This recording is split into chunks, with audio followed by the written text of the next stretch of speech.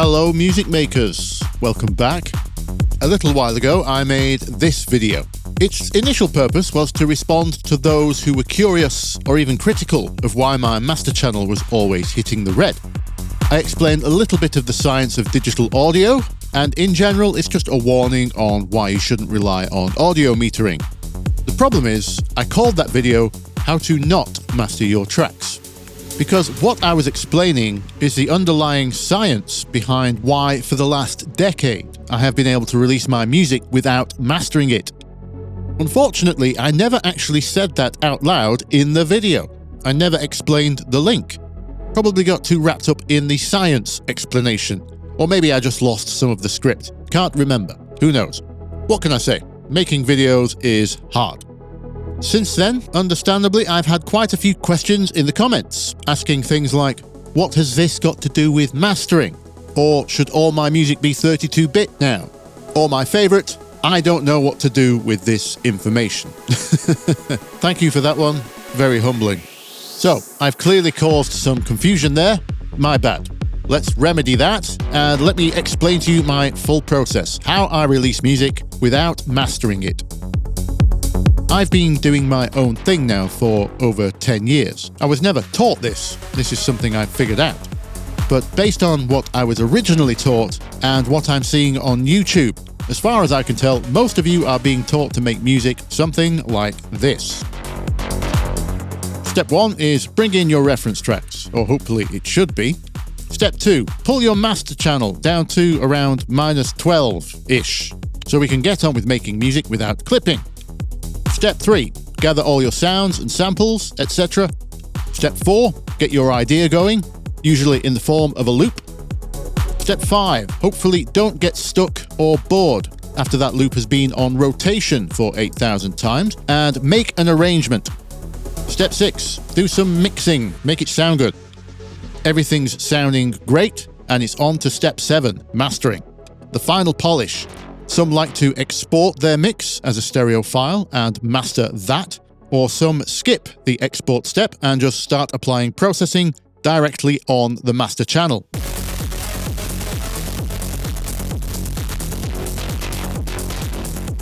Step 8, struggle, fail, give up. I think that's accurate. That's how I remember it anyway. Right, let's take a moment to discuss mastering, because as with all jobs in music, its role has definitely changed over time, and I think it's essential to know where it's come from in order to understand it today. For example, did you know one of the roles of the mastering engineer used to be to put the album in order, choosing what tracks would follow others? Remember when music was sold as albums? One of their most important roles is when most music was performed by live instruments. Those recordings would take place over weeks or months or even years. And not only were they recorded at different times, sometimes they were recorded in completely different studios. So the mastering engineer would end up receiving tracks from different studios and different recording sessions. And it was their very important job to make sure all those different tracks sounded very similar so they could fit on one album. And as if that wasn't enough on their plate, they also had to be experts in the format they were mastering for, like tape or vinyl. If the bass had too much stereo width, the needle would skip to the next track. Also, the amount of bass determined how long the track could be. And of course, if the tracks were too loud, the medium would distort. But conversely, if they were too quiet, they would get lost in the noise. So mastering was an essential process to finishing and releasing music.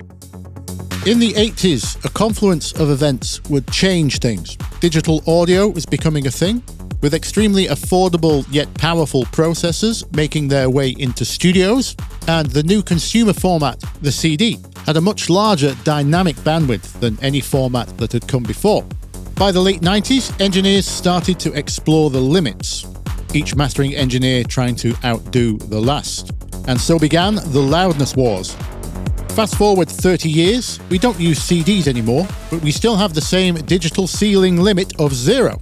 So as you can probably imagine, over 3 decades, we've pretty much found every trick in the book to min-max this format. Even though many thought I was mad for clipping stuff 10 years ago, these days it's rather common. with tutorials such as how to clip like Skrillex floating around on YouTube. For most artists now, the role of mastering has simply been reduced to make it loud. Yet everyone still struggles with it, because you've got 30 years to catch up on. And especially in the world of DJing, when tracks are played back to back.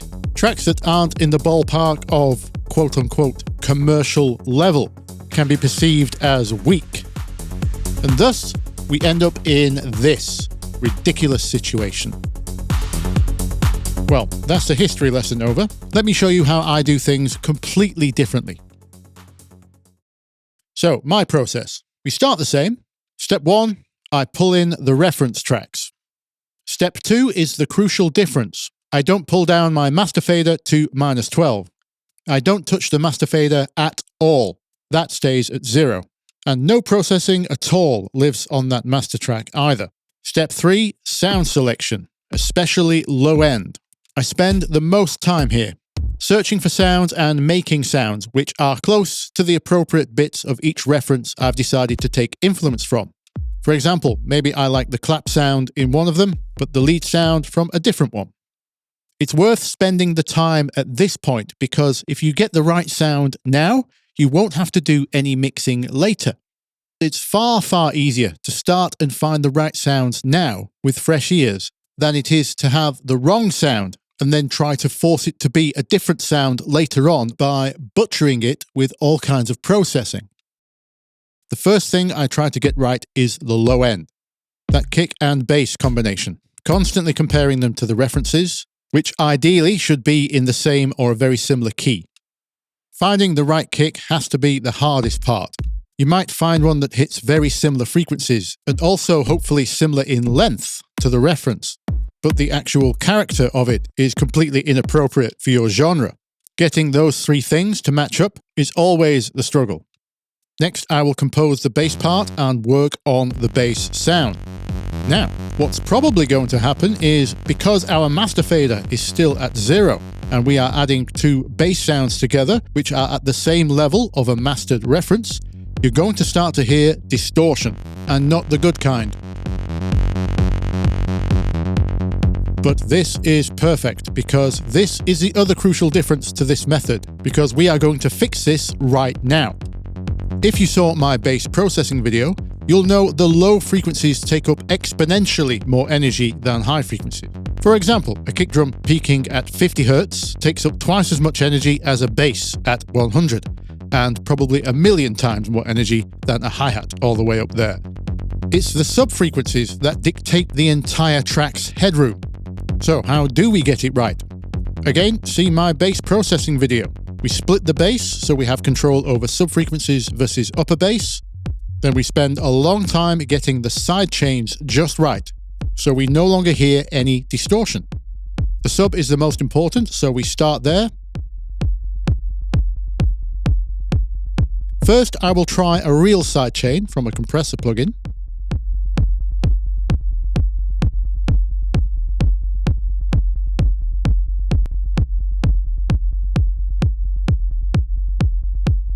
But if that isn't doing the job, I will move on to a fake sidechain, i.e. volume envelope, where I can be super precise.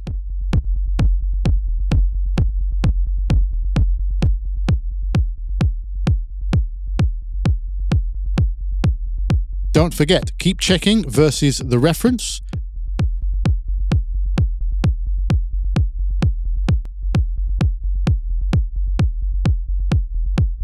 So getting this right will solve 99% of problems that would normally occur at the mastering stage.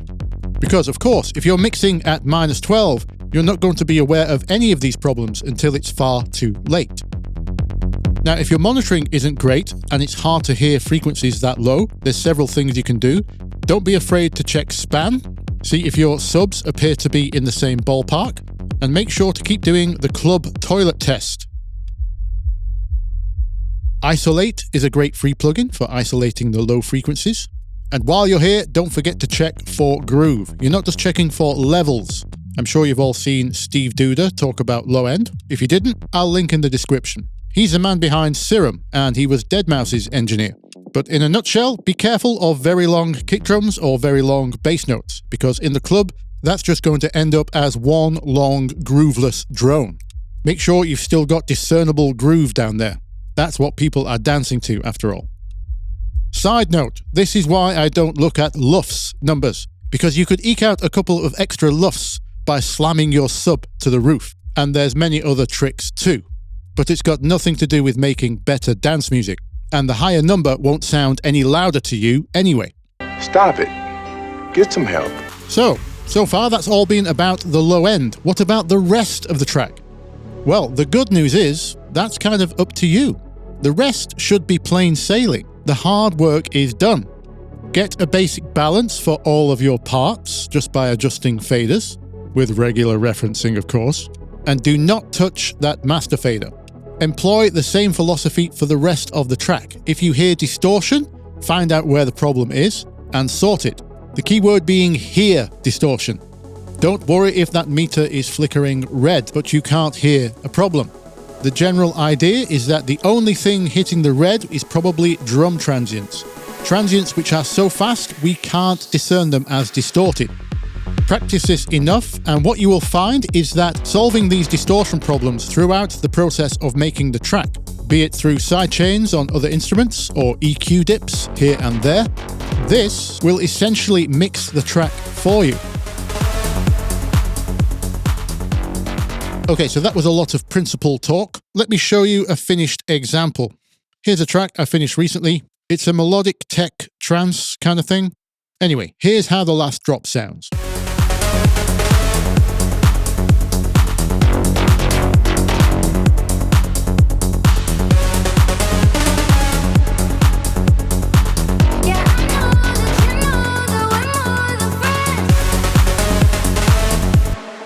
Sounding good. Here's a glimpse of the break section. Don't you start again, break my heart again. Yeah, I know that you know that we're more than friends. Don't you start again. Here's the first drop, a bit more stripped back.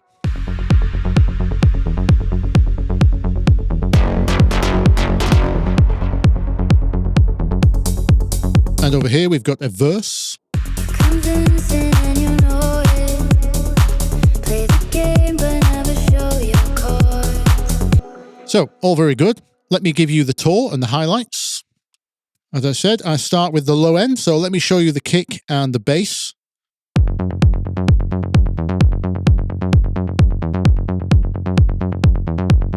Here's the bass line. Notice some shorter notes in there. I did that for both groove and clarity. That's part of the mix process too, don't forget. As for effects, you can see we've high-passed at the first harmonic upwards to separate off from the sub. Sidechained, of course, but it doesn't need as much as a sub. And we have some width for the headphone users.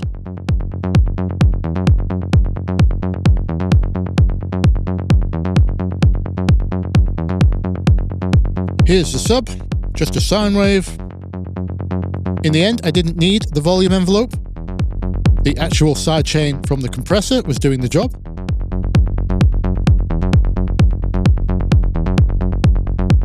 With both basses, no distortion. All good. Let me show you the kick drum. It's from the free Afterlife pack. In fact, this whole track started because my manager challenged me to make something out of the new free Afterlife pack. I'm not actually very thrilled with this kick or any of the others from the pack, but it just goes to show you nothing has to be perfect to work. It doesn't even have anything on it.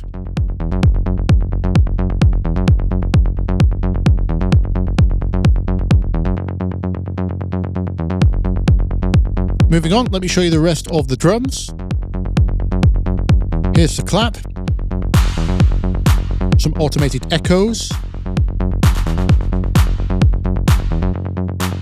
This is a good example of why you should never judge things in solo, because that reverb would be way too much. But as you'll hear in the context of the final track, it's not. Here's the rest of the drums.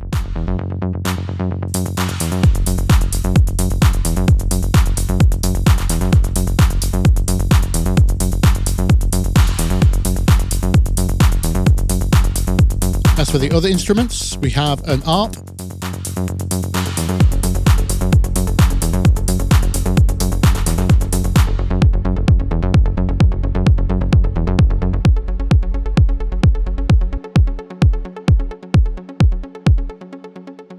There's a pad under there too.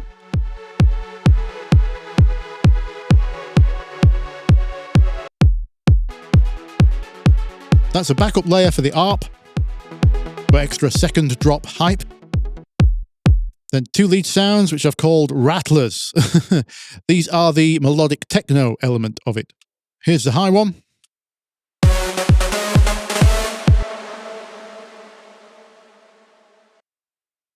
Here's the low answer part.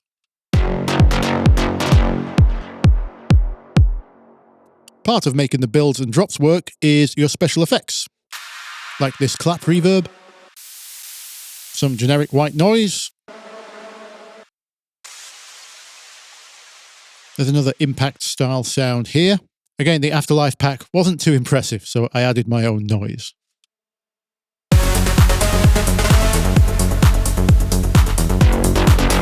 And the big reveal, what's on my master channel? Here's my mono check.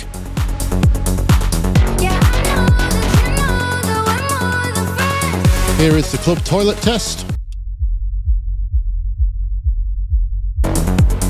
And then some metering. The ever-present span. The goniometer to double check for any width problems at certain frequencies. I'm still testing this one. It's supposed to be more accurate in the bass region. It certainly seems good at detecting bass notes, but I've not found a use for this one yet. I have my debinauralizer, so headphones behave more like stereo instead of binaural. That's it. That's the entire master channel. Absolutely no processing. As you can see, we are in the red. Let's see by how much.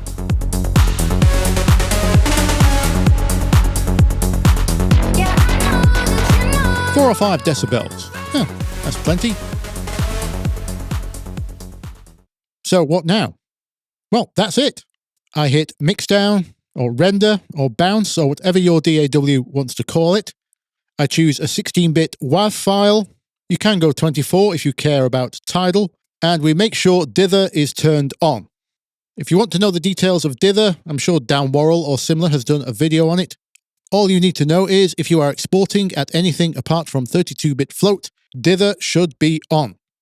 Ableton has a good one built in called Power R3, which is a pretty invisible one, so we select that and off it goes. Now the real hard work starts. We have to think of a name for the track, find some artwork, and make sure we don't make any spelling mistakes in the upload form to our digital distributor. For those of you who are confused as to what happens to the final file, watch what happens when I re-import our 16-bit WAV here. You'll notice no more red lights. Ta-da!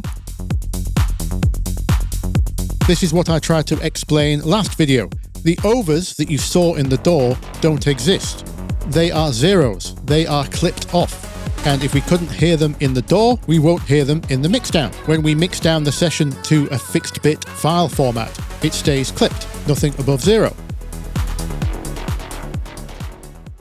Also, hopefully you noted at no point did I check my LUFS measurement. To avoid copyright strikes, I didn't show any of me referencing in the video, but I reference often. See my 3 simple steps video. And providing you are too, you will end up with a track of similar loudness to your references. And that's all you need to care about. For those of you asking what about streaming services like Spotify, I used to be concerned about that too. But we have evidence to show that they are not adhering to those standards. Not to mention they all have a different standard anyway. What are you going to do? Make several different mixdowns at different levels? No thank you. I've had no problems so far. For the last bit of the video, I wanted to cover some common questions, exceptions, and tips. What about the situation where you're still not confident enough yet and you want to use a mastering engineer or mastering service like Lander? Should you just go about it the old way as you always have? Or does my way carry any benefits? I think my way is still better for you with one slight change.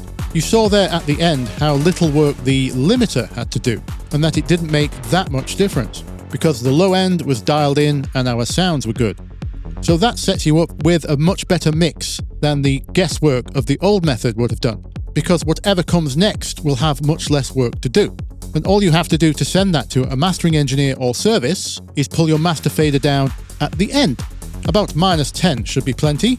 Mix that down at the highest bitrate they will accept, and you're good to go. Warning to FL Studio users. If you are using FL Studio's built-in driver, not the proper driver of your audio interface, FL's driver has a built-in limiter which is turned on by default. So if you want to take the training wheels off and give my method a go, you need to turn that off. Top tip, this whole process works 1,000 times better when the track is full of healthy transients. Sounds that are supposed to be spiky should be spiky, like drums, percussion, synth plucks. So let them breathe. I suggest you turn off all compressors and limiters in the entire session, unless they're being used for sidechains. That doesn't count. Loudness comes from contrast. It's dance music. We want things punching out of the speakers, not being squished into the middle where everything is fighting for space. The exception would be acoustic sources like vocals. Those might be too spiky and need to be tamed. But anything of synthesized origin, like drum samples or synths, be it leads or bass, they already have very little dynamic range. They don't need to be squashed any further. Lastly, this advice and methodology comes largely from the dance music space. I have had success in other genres, but I would not advise using it on soft-sounding genres, like a piano ballad, for example. Most importantly, if you found any of that helpful, press a button or two to let me know. Don't forget to check the description for any relevant links. And questions are welcome. Get typing. Speaking of which, until next week, I'll see you down there in the comments. Bye-bye.